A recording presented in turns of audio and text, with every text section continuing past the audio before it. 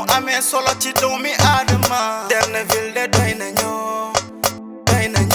centre de santé référence centre de santé référence centre de santé référence Anen Mbaye Derneville dalal suñu xel centre de santé référence Anen Mbaye Derneville dalal suñu xel paludisme tension diabète tube. Amis internautes du centre de santé Anen Mbaye Derneville de Ouakam tey ñu ngi fii nii ci centre bi ñëw seet si ki nga xam ne mooy secrétaire exécutif bi di Pape Birame Diouf ñu am ak moom tey benn entretien Pape Birame nuyu nañ la. maa ngi leen di fay mbokk internet yi. donc Pape Birame li ñu njëkk a def rek ñu di la laaj kan mooy Pape Birame Diouf. waaw Pape Birame Diouf doomu Ouakam la dëkk Guissor di secrétaire exécutif bu centre de santé Anen Mbaye Derneville bu Ouakam. jërëjëf Pape Birame donc bu ñu déggee centre de santé rek Anen Mbaye Derneville bu Ouakam nga nekk secrétaire exécutif bi Pape Birame am na ñu muy liggéeyal donc bëgg nañ xam staffu Pape Birame lan la composé ñan la composé. waaw xam naa ne d'abord damay commencer par leeral le comité de développement sanitaire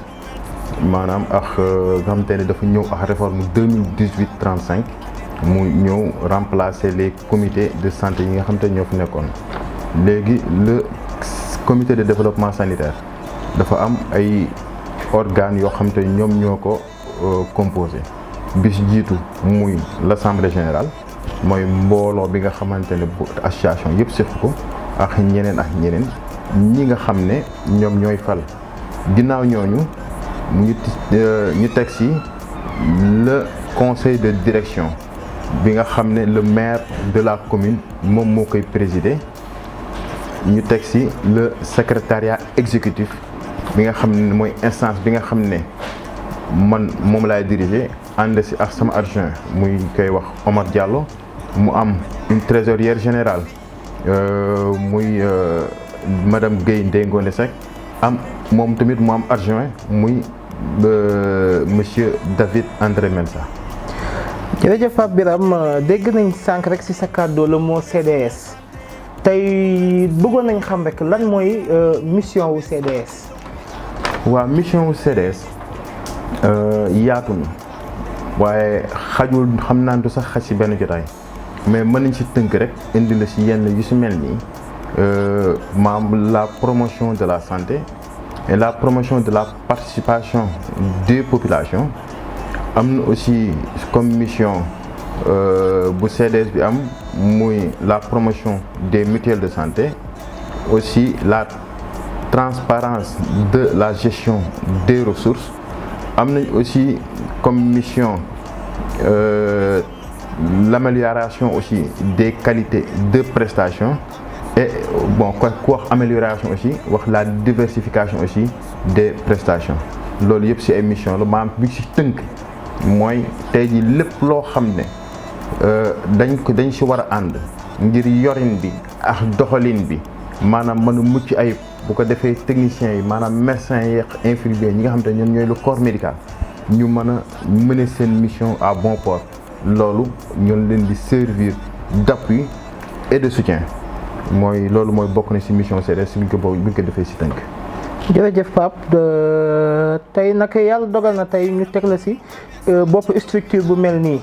donc bëgg nañ xam tey biñ fiy ñëw lan nga fi fekk ci poste de santé bi wala centre de santé bii di Anen Mbaye Derneville. waaw d'abord xam naa ne damay commencer ci di leen wax ne wax dëgg yàlla bi ñu fekk nañ fi centre de santé boo xam ne macha allah bâtiment bi taxaw na rafet na am na tamit ay services fonctionnels yoo xamante ne fekk nañ leen ci lu ci mel ni médecine générale maternité laboratoire ak aussi fekk nañ fi pharmacie maanaam fekk nañ fi centre boo xamante ne wax dëgg yàlla macha allah rafet na mu ngi dox waaye teral aussi ak ay yeneen i défis yoo xamante ne fekk nañ ko fi ndax liggéey moom boo mënti gis ak bu mu mënti doon dafa am foo koy fekk nga am sa ay défis yoo xam ne peut-être boo gisee ñu war a améliorer defar ko ndax mu mën a gën a jëm kanam vu aussi comme population wakamoise nga xamante ne dañ jàpp ne dafa toll ci 150 000 habitants ci structure de santé moo tax ñu indi yenn défi yu bëree bëri yoo xam ne wax dëgg yàlla fekk nañ ko fi aussi yu ñu waroon mën a améliorer. Merci beaucoup monsieur Pape dégg nañ ci say wax que ni bi ngeen ñëwee fekk ngeen fi centre bu mucc ayib dégg nañ ci say wax tamit aussi le mot défi kon bëgg naa xam tey rek yan défi ngeen fi fekk. waaw xam naa ne défi yi bon bu fekkente ne ñun bon bu ñu ñëwee parce que def nañ état des lieux équipe bi yëpp maanaam sama équipe def nañ on a pris aussi le temps ñu def benn état des lieux si biir état des lieux bi fekk nañ fi ay défi yoo xamante ne maanaam si wàllum faj bi comme dañu nekk si maanaam wàllu santé nekk si centre de santé fekk nañ fi comme défi benn après état des lieux bi li mu génnee mooy que ne centre de santé bi mu ngi dox mais service yëpp doxul woon 24 heures sur 24 donc am na si ay services yoo xamante ne bu doon dem ba benn heure bi dafay arrêté comme lu si mel ni tey jii laboratoire boo ñëwee benn heure bi doo ko mën def am na jour yoo xamante ne boo ñëwee doo fekk médecin am na si yeneen ak yeneen fekk na fi comme défi maanaam pour war a améliorer la qualité des prestations fekk na fi comme défi relever le plateau technique fekk na fi comme défi aussi diversifier les prestations yi nga xamante ne moom moo fi am ndax centre de santé tey jii bu ñu demee ba di ko wax maanaam muy polariser peut-être une population de 150 000 habitants nit ñi war nañu mën a tey jii ñu yaatal li nga xamante ne moom lañ fiy liggéey ba nga xamante ne nit ki lu mu war a mën dem di uti ji feneen ñoo di ko mu gën ko jege. loolu bokk na ci défi yi bokk na aussi ci défi yi amoon nañu aussi défi sécuritaire suñu waxee défi sécuritaire nag maam dafa am ay pàcc yu ñu koy wax maam tey jii amoon nañ ci benn défi moom te fekkuñu fi sécurité wax dëgg yàlla bu ku mën a couvrir centre bi yëpp non seulement 24 heures sur 24 mais pour si loo xamante ne dina mën assurer sécurité patrimoine bi sécurité usagers yi usagers ne bu ñu waxee usagers yi peut-être foofu dañ ciy tënk rek mu ne mooy ñii fiy liggéeyee ñii di fajuse ak accompagnant yi nga xamante ne ñoom la ñu àndal ba léegi boole nañu woon ci défi sécuritaire yi la sécurisation aussi des recettes maanaam koomu centre bi maanaam ñu xool loolu nan la ñu ko war a mën a fexe ba ñu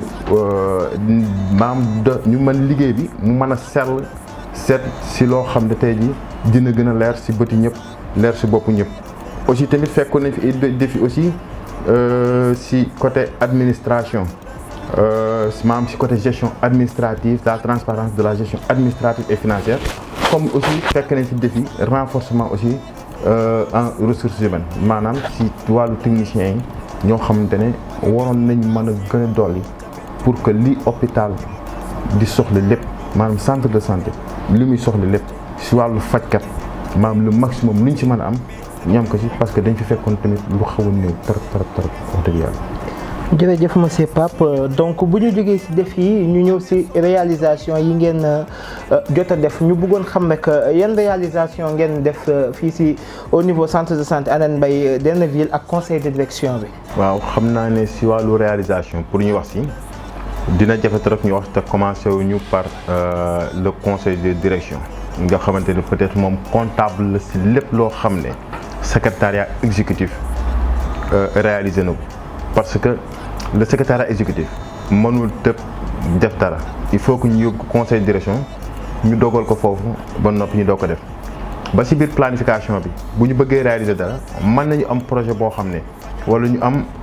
intention mën nañu am volonté wu def dara et que ñun ñu bañ ko attan bu boobaa bu ñu toogee waxtaan conseil de direction maire bi da koy jël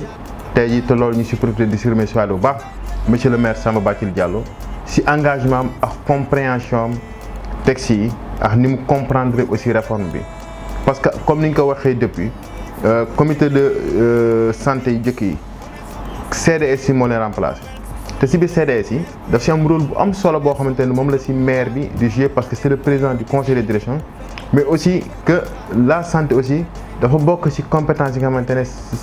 c'est moom la ñuy wax les compétences transférées nga xamante ne ñoom amuñu woon benn dogal bi te léegi yoon jox leen boobu dogal ci kaw loolu nag ñu koy remercier baax ndax bi ñu ñëwee ba léegi bu ñu delluwaatee ci état des lieux bi gis nañu ne am na ci wax dëgg yàlla maanaam montant bu am solo boo xamante ne def na ko pour que ñu réaliser ci projet bi tabax bâtiment bi bokk na ci aussi espace bi nga xam ne moom moo ko ci doole parce que bu du woon loolu centrale oxygène bi amaan du taxaw ba tey ñun suñu extension bi nga xamante ne moom la ñu projeté pour def ko fi loolu bokk na espace bi nga xamante ne bëgg nañ ko ci boolewaale incha allah te loolu yëpp contribution am la te wax dëgg yàlla xam nañ lu mètre carré di suuf di jar fii bu jëlee mettre à la disposition du centre de santé tax ñu mën def yenn extension yi loolu dañ ko ci sant bu baax mais aussi bu ñu fàtte ne tey ji réseau d'assainissement bi branchement bi moom mooy ko yombalal mais ba tey ji fi ñuy waxee ni suñu personnel 56% du personnel moom moo leen jël moom la ñuy wax le personnel redéployé de la ville moom moo leen di fay le maire boole sa appui à soutien boo xamante ne bu yaatu la comme ñi ngi wax aussi ci côté réalisation en termes de ressources humaines yemul ci di fay 55 ou 56% du personnel mais renforcer nañu aussi en termes de ressources humaines parce que des ressources humaines aussi de qualité jëlal nañu gynécologue jëlal ñu anesthésiste jëlal ñu comptable jëlal ñu sage-femme wax dëgg yàlla ak lu bëri te ba léegi ni mu ñu gën a renforcer ci ay agents de service ak ay brancards yi xam te ne mu ñu koy renforcer ci kaw loolu ci ay réalisation mën nañ citer lu mel ni tey courant bi nga xam te ne moom moo koy fay ndox bi moom moo koy fay ndax wax dëgg yàlla courant bi ñu bi ñu ñëw dañ fekkoon courant boo xamante ne centre bi dafa doon jëloon benn compteur bi ko fay bi ñëwee ñuy waxtaan ak moom mu jël ko ñu ko ci sant bu baax parce que lim ñu teggin amaana li tax may wax ne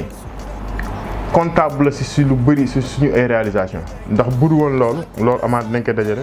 mu toll ne ni ñu mën ko def feneen ci maanaam mën investir feneen loolu bokk na ci su ma jógee ci ndox bi aussi mën naa dal ci fan yu yàggul dara gis nañu montant bu am solo boo xamante ne may na ko population bi teg ko suñu loxo muy kit césarienne gratuit yi nga xamante ne maye na ko may jox ñu aussi dotation en médicaments loolu yëpp bokk ci réalisation yi nga xamante ne peut-être ñun bu ñu koy comptabiliser mais loolu c'est les actions du maire moom en personne moom moo ko def ngir jàppale population bi teg ko suñu loxo loolu ko nañ koy sant di ko ci gërëm ndax dañuy wax suñu réalisation aussi bàyyi mais ñun li ñu réaliser moom loxoom da ci nekk mais bokkul ba léegi ak li nga xam ne moom moo ko defal boppam si ñun dëkk li ñu def bokk na ci tey jii mën nañu wax ne bi ñu ñëwee accueil orientation dañu commencé ci bunt bi ginnaaw bi ñu tegee service de sécurité accueil orientation bokk na ci aussi tey ci réalisation jël nañu lu mat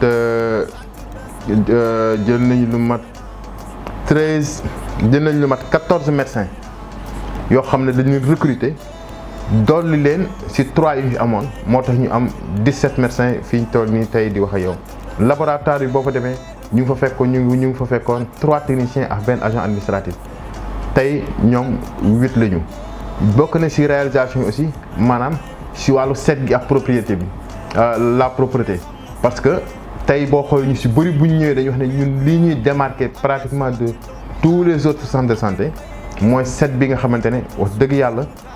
maam seetlu nañ ko fi te bëriwul ci liñ koy gis walla bu setee tamit mën naa set waaye peut-être du mel comme bii nu mel bokk na aussi ci ay réalisations ñu def bloc opératoire bi fekk nañ fi benn mais c'était pas encore fonctionnel tey am nañu 2 blocs opératoires yoo xamante ne ñu ngi fonctionnel aussi ba léegi bokk na ci renforcement ci en termes de matériel médical su mel ni laboratoire yi maam non seulement renforcer nañu matériel bi parce que jënd nañ ay yeneen matériels yu su mel ni ionogramme li jënd nañ minividage bi ñëw na am nañ Genespert loolu yëpp mu ngi fi mais aussi tey jii boo ñëwee ci centre de santé bi di nga fekk médecine nga fa am médecin bi consulté H24 maanaam amul service day tourner amul arrêté comme laboratoire bi aussi dafay continuer te amul arrêté loolu bokk ci li nga xamante ne peut-être ñoo ko indi 2 blocs opératoires yi dafay permettre tey mën nga am programme di opérer li ñuy wax programme opératoire dañ ko programme war ko opérer césarienne d'urgence maanaam tey ji te comme dafa bëri ay détails yoo xam ne peut-être lu moo neexul maîtriser mën nga war di accoucher nit mu tourner en une fraction de seconde maanaam mu nekk une urgence chirurgicale boobaa dañ koy jël rek dugg ci biir opérer ko ce qui dit que wax dëgg yàlla instant bi plateau technique bi relevé nañ ko aussi diversifier nañ li nga xamante ne moom mooy prestation yi. aussi y a aussi la communication parce que tey jii lépp looy def ci àdduna dañ xam ne loo mën a def ci àdduna te boole sax communication bu jaar yoon tey jii ce qu'on fait pour les populations bu ñu amul ay jumtukaay yoo xamante ne dina àgg ci population bi ñu xam ne lii ñuy def ñoom ñu xam ne lii am na fi ñoom ñu xam ne pour ñoom la kon bu boobaa duñu mën a ñëw pour que loolu nag moo tax ñu indi wax dëgg yàlla communication bu xarañ di remercier au passage booy bi nga xamante ne moo koy def waaw di ko wax ni moom peut-être gis nañu liggéey bi na ci gën a góorgóorlu aussi di profiter ci loolu di encourager équipe bi yëpp encourager staff yëpp di wax ne tey jii lépp bu sottee lu sottee rek c'est parce que ñoom la ña tey ñoom ñoo ñu gën a may doole ak di ci conseiller ñu di xalaat ñu bokk di xàccandoo di dóorandoo di ñaan rek ñu gën a boole bépp doole xam ne lépp li ñu tax a jóg mooy mission bi ñu réussir ko accomplir que incha allah jàmm lépp pour njariñu Wakaam njariñu doomi Wakaam mais aussi njariñu bépp doomu Sénégal ndax tamit damay leeral ne centre bi tey ji du ñi nga xamante ne ñooy doomu Wakaam ñoom kese ñoom ñoo fi faju centre de santé la boo xamante ne c'est pour tout le Sénégal pour tout le Sénégal yeneen communes yi ak feneen fu nit mën a jóge boo ñu fekk mais bëgg nañ lii fii am na ñuy jóge feneen di ñëw fii loolu bëgg nañ ñoom ñu population wakamoise bi ñoom ñu teel a xam loolu teel ñëw ñoom ñu jiitu ñëpp maam njëkk ñu jiitu fi njëkk a séddu maam njëkk a jariñu bu ko defee lépp mën a jëm kanam si kaw réalisation yi aussi di wax ne tey fi may waxee ak yow nii suñu dernier rapport bi ñu def mu yem au 30 septembre 2020 ñu gis ne sur 9 mois am nañ fi 230 doomi aadama yoo xamante ne yàlla dogal na opéré nañ leen fii si jàmm si nag ay yeneen discipline yoo xamante ne yu bokkul loolu ñu siy sant bu baax a baax ndax si c'est une réalisation la bokk di ñaan rek yàlla gën a dëgëral ba fépp ku fi ñëw incha allah nii lépp di demee mu nekk ay liggéey boo xamante ne dafay sotti jaar yoon te sans benn complication comme ni ko yeef comme fii yàlla di jaar ak ñun lépp di sotti ñu ngi sant yàlla bu baax a baax. jërëjëf monsieur Pape Birame leeral bi am na solo sans plus tarder rek ñu ñëw si ñu dernière question bi ñu am ak yow muy lan nga gis fii rek loo xam ne si biir centre de santé bi war nañ koo améliorer. waaw quand même il reste beaucoup de choses à améliorer ndax li ñu war a améliorer bëri na ndax déjà boo xoolee fi ñu toll nii tey. si suñu ay rapport dafay révéler yenn indication yu si mel ni tey bi ñu ñëw fekkoon nañ centre boo xamante ne maam nit ñi daaw ñu ko fréquenter nen ni tey jii dem nañu ba wax dëgg yàlla nous avons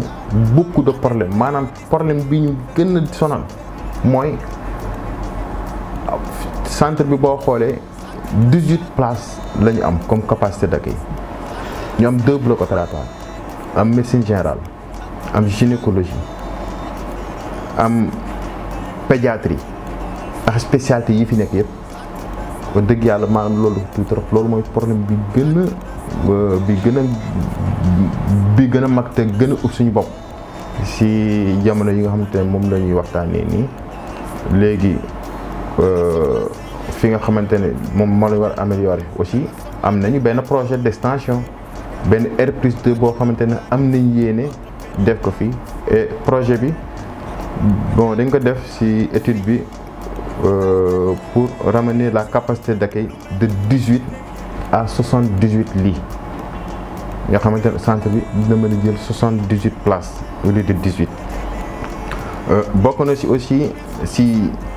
li ñu bëgg a améliorer mooy ci la gestion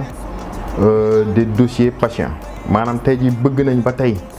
képp koo xamante ne ñoo ngi fi boo fi dellu sa waatee ak lu mën a xew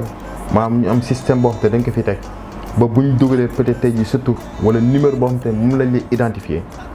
ñu mën a xam yow seen fépp foo xam te jaar na fa docteur bi mën a am information yu mu soxla yépp pour que prise en charge bi gën a gaaw. bëgg nañu aussi wax dëgg yàlla fii ci centre bi maanaam ñu améliorer bëgg nañu ba dem yeneen spécialité yi nga xamante ne amagu fi ñu mën ko fi def loolu yëpp wax dëgg yàlla bëgg nañ ko bëgg nañu améliorer loolu noonu yëpp. jërëjëf monsieur Pape Birame Diouf donc ñu lay laaj rek sa dernier mot. waaw sama dernier mot xam naa dafay itam rek ne tàllal loxo population bi yëpp tàllal loxo population bi yëpp di leen wax aussi que ne tey centre de santé bi seen centre de santé la centre de santé bu Wakaam la boo xam ne Wakaam moom yëpp ñoo ko moom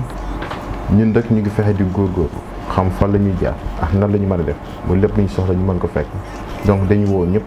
ñu ñu approprié wu centre bi aussi di profiter ci occasion bi di lancer wala appel population bi yoo xam ne monsieur le maire may woon na fi 50 kits césarienne gratuits maanaam képp nga xamante ne danga toll ci waru mucc ñu war la yàlla dogal ñu war la opérer boo ñëwee li ngi ci war a fay monsieur le maire may na la ko kit yaa ngi fi disponible na naam nag am na ñu commencé ñu di ko jël ci mais loolu yëpp pour war a mën a gën a xam ne tey jii liggéey bi war naa mën a gën a dox population bi lépp lu war ñoom ñu ngi koy def pour ñu taxaw ci kon ñu ngi tàllal ñëpp loxo di leen wax ne centre bi seen centre la nañ ñëw xam ne ñoom ñoo ko moom ñeen dinañuy faral laaj la ndax centre de santé bi c'est privé non du privé c'est public c'est un centre de santé public peut-être parfois nit ñoo gis bon li ñu organiser woo di góorgóor di jéem ñu jàpp ne peut-être seet na benn seet bi mel ne non pour ñoom population bi la te loolu dañ ko def suñu priorité dafa bokk si nga xam te moom la ñu taalal suñu loxo ñëpp xar si suñu tànk tubéy ndax jàpp nañ ne la population wakamoise maanaam les patients de manière générale que moo xam fu ñu mënti dëkk mérité nañ ñëw maanaam dugg si benn structure publique mu mel ni ñoom seen kër lañ nekk maanaam tey jii le minimum mooy nga fekk sur structure bi mu set comme ni sa kër setee bu fekkente ne mënu gën a set sa kër au moins mu set ni sa kër setee bu ko defee ñu xam ne centre bi seen centre la di oo ñëpp ñu ñëw gën a fréquenter centre bi xam ne lépp lu ñu fi def pour ñoom la te lépp lu ñu fi mën a jëlee tamit te ñoom amuñu si satisfaction gisuñu leen buñ leen gisul duñu am satisfaction te kon ñoom buñ ñëwul dafa mel ni kon ñun suñu liggéey dafay xaw a des donc ñu ngi ñaan ñëpp ñu ñëw xam ne centre bi seen centre la. donc jërëjëf monsieur Pape Birame. jërëjëf. wér gu yaram nu mu amee solo ci doomi aadama. Derneville de doy nañoo. centre de santé référence. centre de santé référence. centre de santé référence. Anen Mbaye Derneville dalal suñu xel. centre de santé référence. Anen Mbaye Derneville dalal suñu xel. paludisme, tension, diabète,